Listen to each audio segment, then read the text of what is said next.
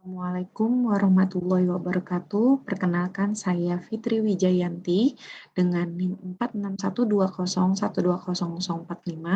Di sini saya akan mempresentasikan tugas besar 2 bahasa Indonesia dengan tema Fakir Berbahasa Indonesia. Latar belakang, bahasa adalah pendukung utama dalam melakukan interaksi dan komunikasi secara langsung dengan tujuan pesan yang diucapkan atau dibahasakan tersampaikan dengan baik oleh orang yang melakukan interaksi dan komunikasi. Penguasaan kosakata dalam struktur kalimat adalah bagian yang sangat penting dalam berbahasa Indonesia yang baik dan benar. Fenomena saat ini adalah maraknya tren penggunaan bahasa asing, terutama kosakata bahasa Inggris, yang menyebabkan warga Indonesia tidak mengetahui bahwa kosakata tersebut ada padanannya atau ada sinonimnya dalam bahasa Indonesia, atau banyak kata yang ada dalam Kamus Bahasa Indonesia atau KBBI, tetapi jarang atau bahkan tidak terdengar lagi, sehingga terlupakan. Fakir berbahasa Indonesia sendiri menjadi permasalahan masyarakat Indonesia, seakan lupa akan jati dirinya dan asing dengan kosakata bahasa Indonesia yang ada. Apa itu fakir? Menurut Kamus Bahasa Indonesia, kata fakir diartikan secara langsung dengan menyengajanya seorang untuk menderita kekurangan atau orang yang sangat kekurangan atau orang yang sangat miskin. Apa itu kosakata? Kosakata adalah perbenaran kata atau kumpulan kata dari suatu bahasa, kosakata yang sering digunakan oleh seseorang dalam kegiatan berbahasa sehari-hari. Apa itu padanan kata? Padanan kata adalah persamaan atau biasa dikenal dengan sinonim. Padanan kata merupakan sebuah kata dengan memiliki bentuk yang berbeda tetapi memiliki makna yang sangat mirip. Jenis-jenis padanan kata. 1. Kata-kata dengan acuan ekstralinguistik yang sama, misalnya kata mati dan mampus. Kata-kata yang mengandung makna yang sama, misalnya kata memberitahukan dan kata menyampaikan. Kata-kata yang dapat disubstitusikan dalam konteks yang sama, misalnya kami berusaha agar pembangunan berjalan terus dan kami berupaya agar pembangunan berjalan terus. Dalam contoh kalimat tersebut, kata berusaha bersinonim dengan kata berupaya. Faktor penyebab maraknya penggunaan bahasa asing oleh masyarakat Indonesia, yang pertama, keegoisan paradigma masyarakat yang menilai bahwa penggunaan bahasa asing memiliki nilai yang lebih unggul. Ketidakpahaman masyarakat dalam mencari istilah asing dalam padanan bahasa Indonesia.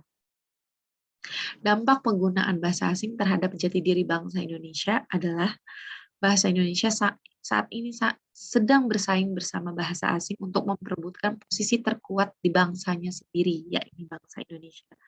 Tapi bahasa Indonesia tampak tak terlihat digunakan, bahkan dicampakkan oleh pemiliknya, sehingga terlihat jelas bahasa Indonesia memiliki peran dan fungsi yang teramat lemah di masyarakat. Sebagian besar dari masyarakat mengeluh akan eksistensi bahasa Indonesia itu tersendiri dan kubur kematiannya. Padanan kata dalam bahasa Indonesia yang tergantikan oleh bahasa asing dalam kehidupan sehari-hari. Pertama, barcode atau kode batang. Kata barcode kita gunakan saat berkaitan dengan kebutuhan untuk mendapatkan informasi tentang suatu produk atau barang yang digunakan di berbagai media. Padanan kosakata ini adalah kode batang.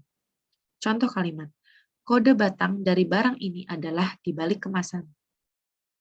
Yang kedua, laundry atau penatu.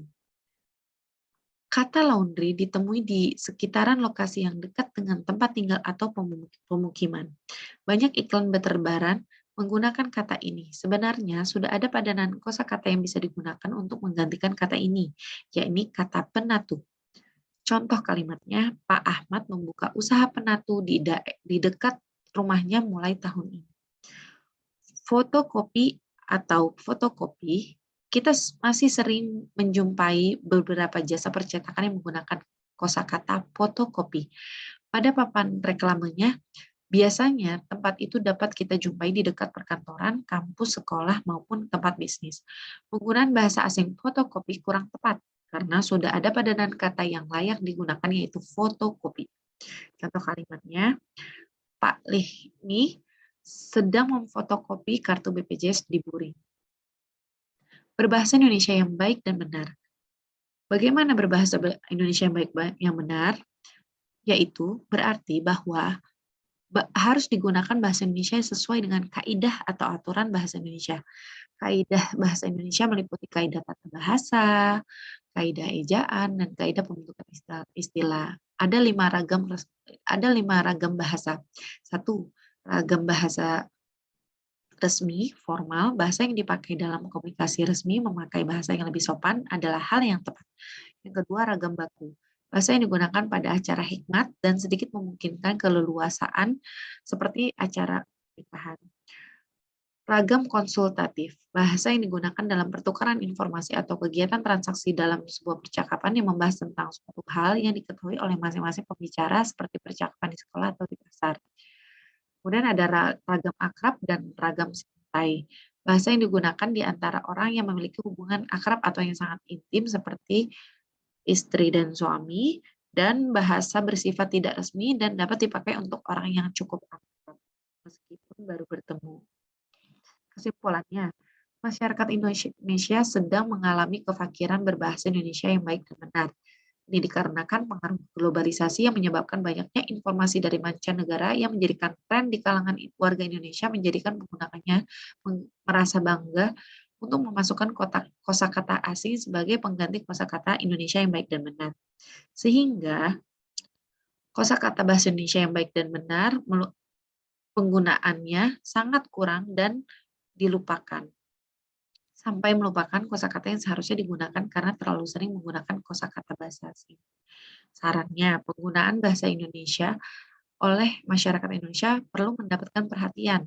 Tren yang ada menjadikan masyarakat Indonesia menjadi fakir berbahasa Indonesia yang baik dan benar. Harus adanya upaya dari pemerintah, pendidik, dan orang tua untuk menanamkan pentingnya berbahasa Indonesia yang baik dan benar. Caranya adalah pemerintah memberikan peraturan khusus penggunaan kosakata asing. Di sekolah, anak-anak dibiasakan menggunakan kosakata dan memahami arti kosakata bahasa Indonesia yang baik dan benar. Orang tua diharapkan fokus untuk menanamkan rasa cinta dan bangga akan tanah air dengan tidak mencampur-campurkan bahasa dengan anak sebelum anak pasti betul berbahasa Indonesia yang baik dan benar. Senang bertemu dengan kalian semua. Sekian dan terima kasih. Wassalamualaikum warahmatullahi wabarakatuh.